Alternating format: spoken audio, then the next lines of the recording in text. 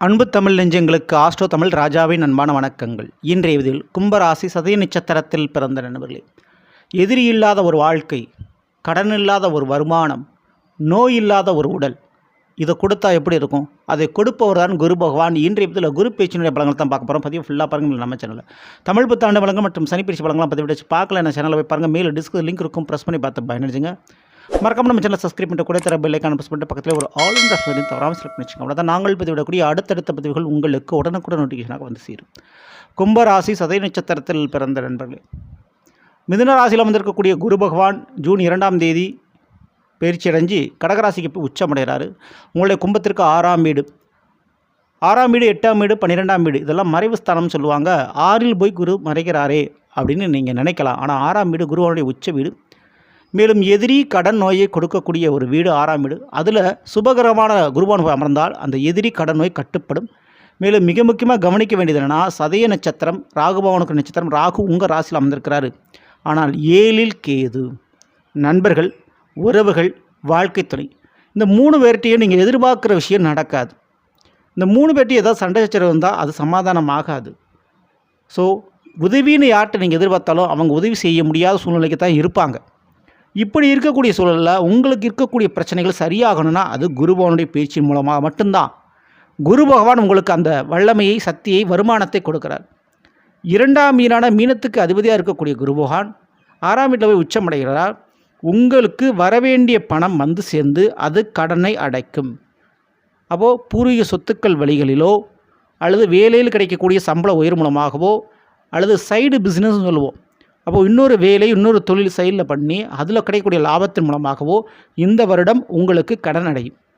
அப்போது எதிர்பார்க்காத இடத்துலேருந்து பண வரவு கிடைக்கும். எதிர்பார்க்காத தொழில் லாபம், எதிர்பார்க்காத ப்ரொமோஷன், முன்னேற்றம் என்பது கண்டிப்பாக உண்டு. வேறு ஒரு ஊரில், வேறு ஒரு இடத்துல, வேறு ஒரு தொழிலில், வேறு ஒரு வேலையின் மூலமாக பண வரவுகள் உங்களுக்கு இந்த வருடம் உண்டு. இது முதல் விஷயம். அடுத்து மறுமண வாழ்க்கை, செகண்ட் மேரேஜ் சான்சஸ் நிறையா இருக்குது. ஃபஸ்ட்டு மேரேஜ் கொலாப்ஸ் ஆனவங்க, டிவோர்ஸில் முடித்தவங்க, விவகாரத்தில் போய் முடித்தவங்களுக்கு செகண்ட் சான்சஸ் உண்டு. ஏன்னா 11ஆம் வீடு, அதாவது கும்பத்திற்கு 11ஆம் வீடு தனுசுக்கு அதிபதி 6இல் உச்சம். அப்போது கடமைகள் நிறைவேறும், அது கல்யாணமாக இருக்கும். சரிங்களா?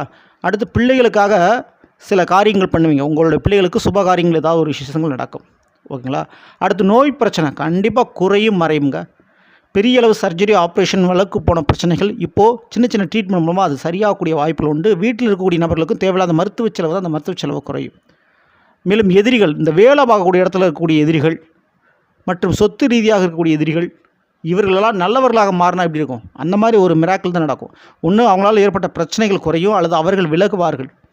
அதனால் வேலையில், தொழிலில் இருந்த டார்ச்சர் குறைஞ்சி போய் சொத்தில் இருந்த பிரச்சனைகள் சுமூகமாக முடியக்கூடிய வாய்ப்புகள் இங்கே உண்டு. ஓகேங்களா? ஆக மொத்தம் எதிரிகள், நோய்கள் மற்றும் கடன் சம்பந்தமான பிரச்சனைகள் குறையும். மேலும் குருவான் இருக்கின்ற இடத்தை விட பார்க்கின்ற இடத்திற்கு நல்ல பலன் அதிகமாக நடக்கும். குரு பார்வை அப்படின்றது 5, 7, 9 பார்வைகள். 5ஆம் பார்வையாக விருச்சிகத்தை பார்க்குறாரு. உங்களுடைய கும்பத்திற்கு அது 10ஆம் வீடு. அப்போது நான் ஃபஸ்ட்டு சொன்ன மாதிரி தொழில் விஷயம் நல்லபடியாக போகும். தொழிலுக்குண்டான யோகங்கள், தொழிலுக்குண்டான லாபங்கள் இருக்குது. புதிய தொழில் தொடங்குறவங்க தாராளமாக தொடங்கலாம். இல்லை சார் நான் கடன் வாங்கி ஒரு பிஸ்னஸ் ஆரம்பிக்கலாம்னு நினைக்கிறேன், தைரியமாக படலாம். இந்த 2026 அதில் போட்ட காசை நீங்கள் எடுத்துட முடியும். சரிங்களா? அடுத்து குருபவனுடைய 7ஆம் பார்வை மகரத்தில் பதிவு. உங்களுடைய கும்பத்திற்கு அது 12ஆம் வீடு. அப்போ இடமாற்றம் இருக்குது, திடீர் பயணம், வெகு தொலைவுக்கு ட்ராவல் பண்ணி போகிறது. அது வந்து வேலை, தொழில் ரீதியாக இருக்கலாம், அல்லது குடும்ப உறவுகளுக்காக கூட இருக்கலாம். அப்படின்னு இருக்கிறது இருக்கும். மாமியார் விட்டு வழிகளுடைய பிரச்சனைகள் தீரும். சில பேர்த்துக்கு வெளிநாட்டில் வேலை அல்லது வெளி மாநிலத்தில் வேலைன்றது வேலை வாய்ப்பு மாறி கிடைக்கிறதுக்கு வாய்ப்புண்டு. கொஞ்சம் சுபவிரை செலவுகள் இருக்கும். அடுத்து குருவனுடைய 9ஆம் பார்வை என்பது உங்களுக்கு கும்பத்திற்கு 2ஆம் வீடான மீனத்தில் பதிகின்ற காரணத்தினால் குடும்ப ரீதியான சிக்கல்கள், குடும்ப ரீதியான பிரச்சனைகள் கொஞ்சம் ஓய்ந்து போகும், கொஞ்சம் சைலண்ட்டாகும், அமைதியாகும். ஓகேங்களா? ஸோ அதனால் குடும்பத்தில் இனிமேல் தேவையில்லாத வம்பு வழக்கு பிரச்சனைகள் கொஞ்சம் குறையும், டெவலப் ஆகாது. இருக்கிற பிரச்சனை சரி பண்ணிக்க முடியும்.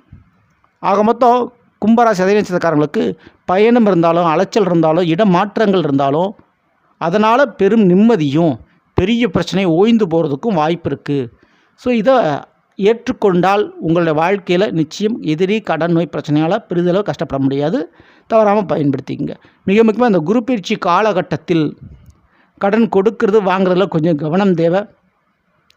மேலும் மறைமுகமான நபர்களுடைய தொடர்புகள் இருந்தால் அதில் கொஞ்சம் தவிர்த்துறது நல்லது. ஏன்னா தவறை சுட்டி காட்டிடுவார், போட்டு கொடுத்துருவார் குருபவான். ஸோ அதில் கவனத்தை இருந்துங்க. தட்சிணாமூர்த்திக்கு நிச்சயம் கொண்டக்கடலை மாலை சாற்றி வியாழக்கிழமை என்று வழிபாடு செய்கிறது ரொம்ப ரொம்ப நல்லது. தவறாமல் இந்த வழிபாடை பண்ணிக்கோங்க. இந்த பதிவு பிடிச்சிருந்தா லைக் பண்ணுங்கள், மற்ற ஷேர் பண்ணுங்கள், மறக்காமல் நம்ம சேனலை சப்ஸ்கிரைப் பண்ணி வச்சுக்கோங்க. அடுத்த சந்திப்போம். நன்றி, வணக்கம். அன்பு தமிழ் நெஞ்சங்களுக்கு ஆஷா தமிழ் ராஜாவின் அன்பான வணக்கம்.